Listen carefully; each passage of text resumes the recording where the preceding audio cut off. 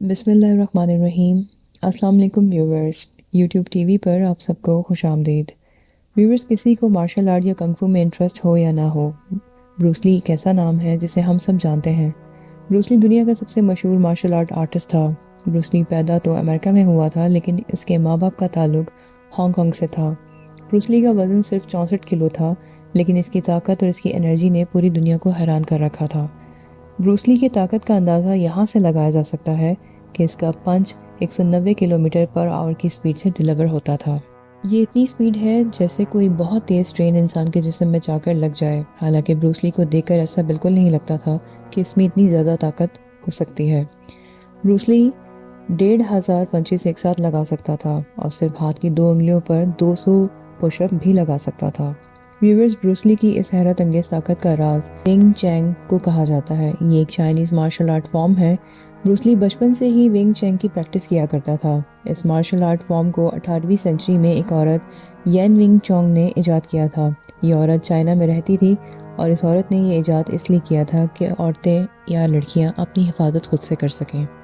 Bruce لی نے اس martial art form کو بچپن سے ہی سیکھنا شروع کر دیا تھا۔ 1964 میں بروس لی نے امریکہ کی ریاست کیلیفورنیا میں ایک ایسی چیز کر کے دکھائی جس نے دنیا کو حیران کر دیا۔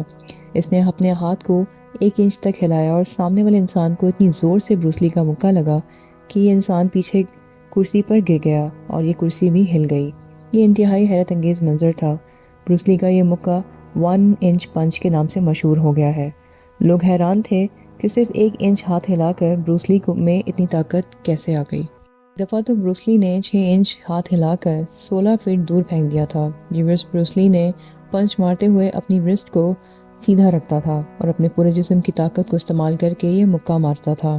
بات اگر بروس لی کی ککس کی بھی کی جائے تو یہ اتنی سپیڈ اور طاقت سے ککس مارتا تھا کہ اگر ان کو سلو موشن میں بھی دیکھا جائے تب بھی وہ تیز ہی لگتی ہے۔